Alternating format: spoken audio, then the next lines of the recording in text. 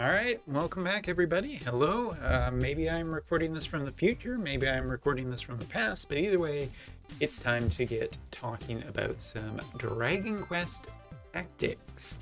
And yeah, Dragon Quest collaboration finally showing up on Global. It's been a while since this has shown up on JP, and now finally it's coming. And I think what a lot of people are going to want to know is any of this worth it? Is any of this worth my time? Is it worth my resources? Are any of these three characters potentially worthy of spending a lot of lapis? Not only get, but to max. And hey, guess what? JP still hasn't gotten these characters' dream enhancements, so that's another thing too. And all of this we're going to talk about today. So first off, what is coming? Now, I'm sure you've heard of this, but let's give it a quick rundown in case you haven't. Zoma, a UR 90 cost Ice Elemental Mage character. We have Pizarro, or however you completely pronounce it, is another UR character, a 90 cost Fire Elemental character, and is basically a physical attacker who also deals primarily with evasion. He is made for evasion. He works around, getting boosts from evasion. So yes, if you are looking to build him, you are building evasion. And if you are looking for Zoma, then you are building a Ice Mage team. Now, both of those things are good. We also have the Fearsome Foes Appear UR Vision card. Now, this is a vision card I skipped at the time, mainly for axes, bows, fists, and gloves.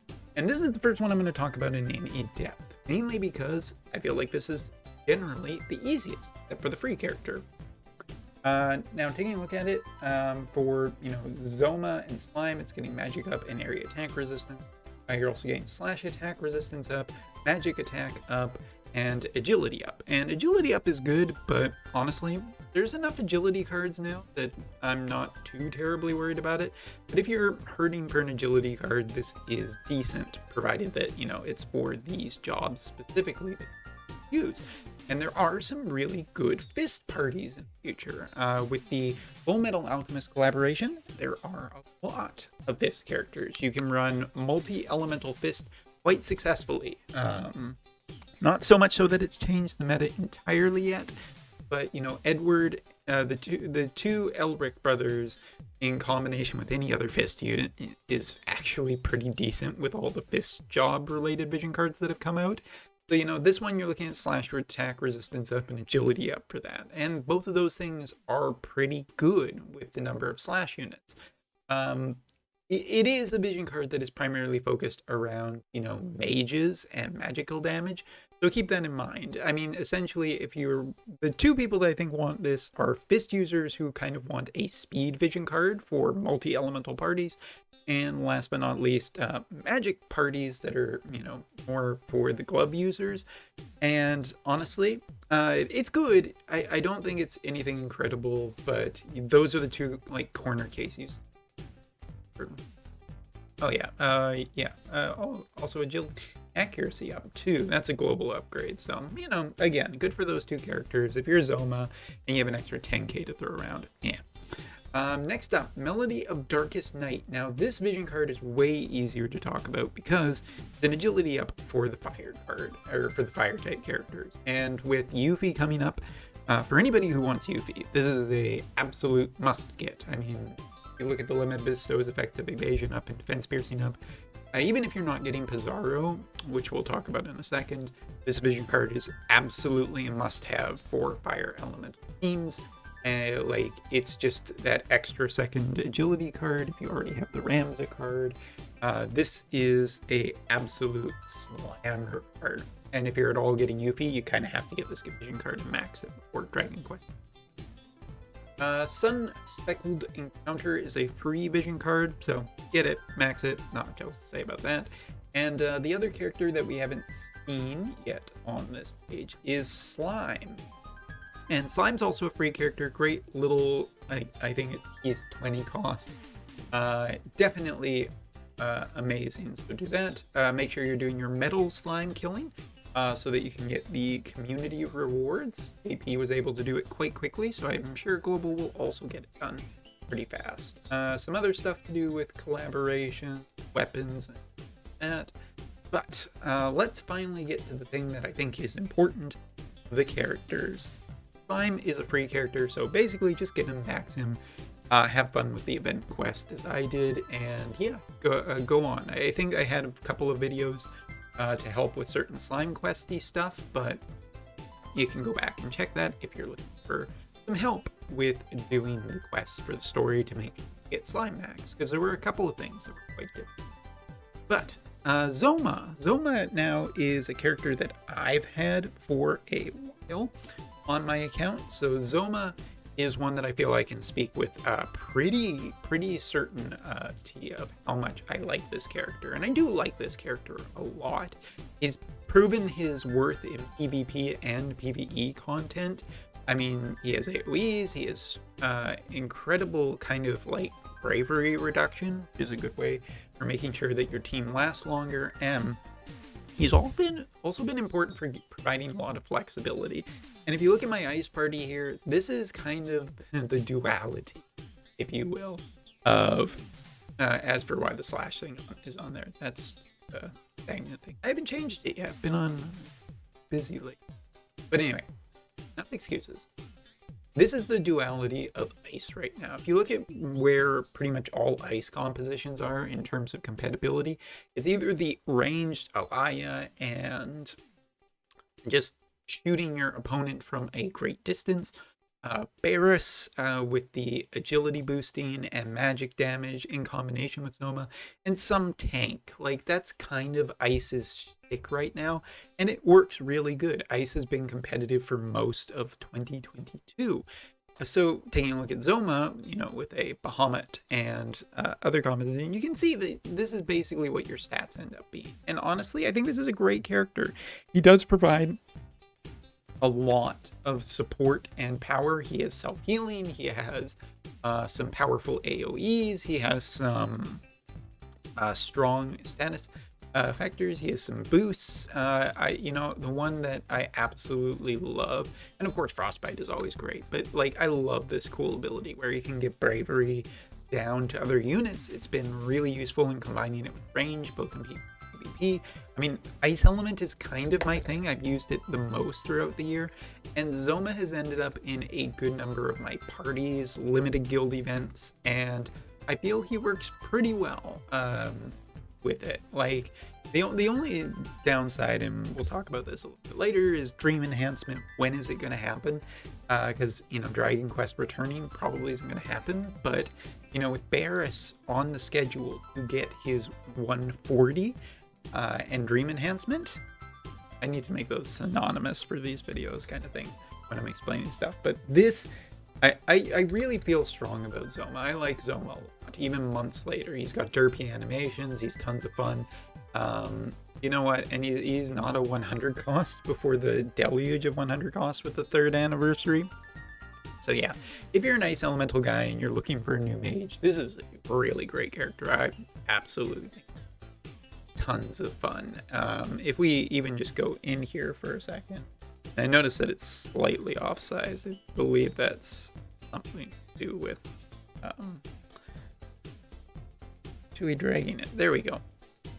And we'll start talking about him, our next character. But yeah, Zoma, I like him for the support he can provide as well as the DPS. He's a pretty good team player, and he works in kind of in the same combination that you can do with Ice Element stuff. Like, it doesn't have to just be ranged. Magic gives you a lot of flexibility once people start just being anti-range constant. Have the ability to really get in. Like, casting time is a bit of a issue, as you can see, but it's really not too bad, and he's got like good status effects and everything like that. I mean, it really has provided me with the flexibility of going a combination of Barris, Zoma, or like combining one of the archers with one of the mages, and in combination with Snow. Again, Ice has been my go-to for most of it, so I'll speak strongly about that. But yeah, taking a look, you can see that Ice Team works pretty well. He's pretty good about buffing characters. He can be a little slow and he can lag a little bit behind, but since, you know, He has some good healing in AoEs. Not a bad idea to let the enemies group up around Snow and then hit them powerful attacks. Alright. So yeah, once this is done, we will talk about our next character, and one that I'm sure a lot of people are interested in. Since when he came out, I didn't have too terribly much nice to say about Pizarro. And I don't know, if I feel like it's changed a bit before we get into it, but yeah. Alright, so Pizarro. Now, this is a completely evasion character. Now, he's made his way into basically every like fire player's team for the most part into very, very recently. And the reason that that has happened very recently is because obviously with characters such as Yuffie, Mont getting his 140, and Roy Mustang, there is starting to heat up, no pun intended, the competition for how much characters there are for the fire element that are really, really good. And this is a character that you do need to pour a lot to really get it to work. He is going to have probably a map, if I remember correctly, that boosts evasion for fire. And that's good, that's strong. But, you know, JP has had the introduction of so many powerful characters lately that the conversation around how good Pizarro is more complicated than it looks. And I want to bring up this, and this is going to be some outside research from Peachin, who is, you know, gets quite a bit of Pizarro use on his stream. And this is a little bit more towards Mont has started to appear in more fire teams, especially because he's 140 and he gets a self-heal and he's just difficult for the enemy to deal with sometimes. And this is against like a kind of weird light evasion team. I don't want to get into why I don't particularly like this light comp that people have built right now, but suffice to say, Pizarro is interesting because there's a couple of things. First of all, his reaction ability is one of the major things for him to, you know, get a huge boost in dealing damage, and he is a very, very good damage dealer. He has a kit that is really good at all of that. The major problem I have is that in terms of like dark elemental teams, ever since Sephiroth has came along, regular evasion isn't super good anymore. You know, like Sephiroth, for example, has just 100% hit accuracy abilities, so, and massive AoE, so a lot of the times it catches fire teams in really, really bad spots. And with the introduction of the 140 version of Majin Bina also getting a boost in accuracy, that's also pushing down like super strong, like high evaluation I have of Pizarro in terms of beating certain elemental teams. Now, not every team, because some teams are, you know, not all teams are created equal, and this light evasion team, while it does have some cool brand new strong and powerful characters, is feeling a little bit underperforming compared to some of the other stuff that is out there. But, you know, just taking a peek here. So with the introduction of like Yuffie is just a better version of Pizarro in like every shape, because she has just a way of dealing with a lot more 100% hit chances, and you know, there have been a lot more accuracy buffs as well. It really is complicated to say whether or not I think that Pizarro is a make or break for a fire team, because right now Roy is looking kind of good with what kind of damage he is capable of doing, if not a little ass-housey. But Yuffie is the overall better evasion character, and you don't need both. Fire, with the inclusion of Dark Ifrit as well, doesn't really need to play the evasion team constantly. And I think that's also really interesting, is the fact that evasion-wise, fire isn't like completely dependent on it. You can actually just run Yuffie. Like here you see this kind of evasion versus light didn't really do enough to get the win. And that's kind of telling about how coin flippy it can be.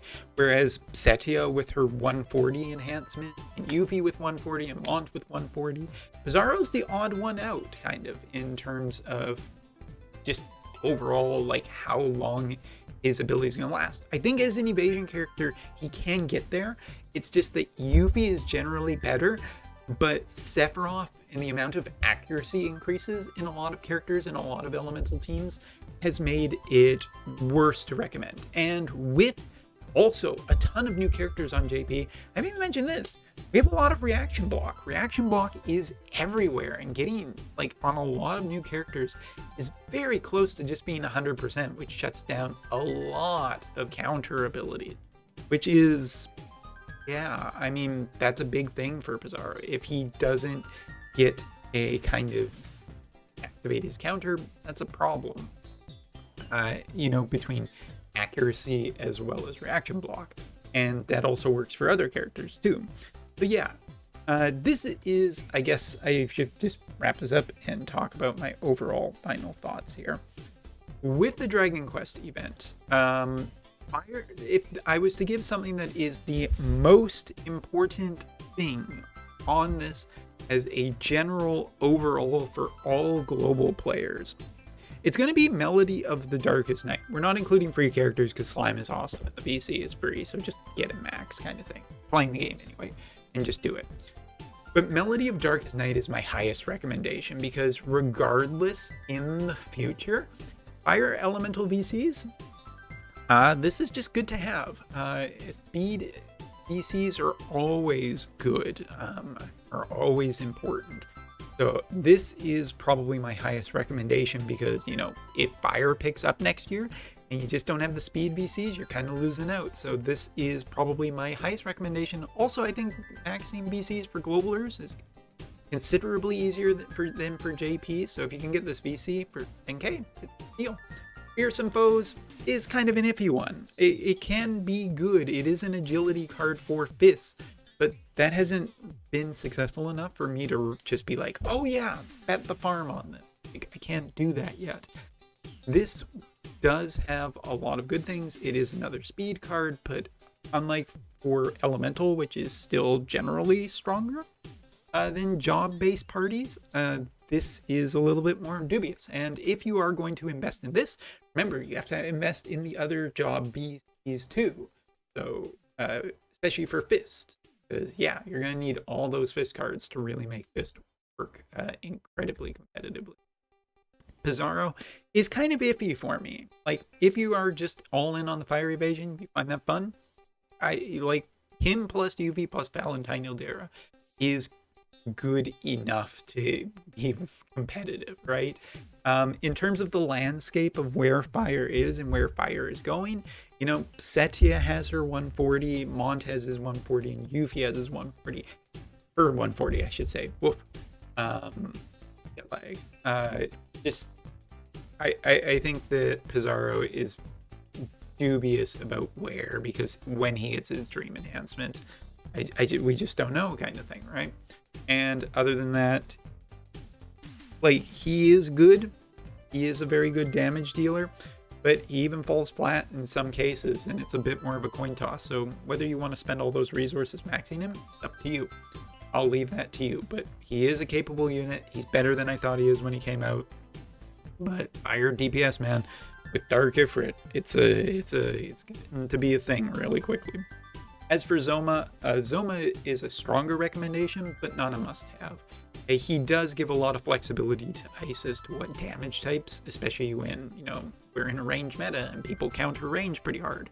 It'd be pretty nice to just ice team with mages, and he's pretty good at surviving, dealing damage, dealing status effects, and he's great with Barris, who is already a fantastic unit. So, there you go. So yeah, hopefully all of this information has provided you with enough going forward as the Dragon Quest event starts global. You know, we on JP have a ton of new units, a lot of evasion stuff, accuracy, all kinds of buffs going on all different places, which is changing some of the way things are. Except for Mono Wind, which is still seems to be just evergreen good. Anyway, thanks so much for watching. Take care. See you next time.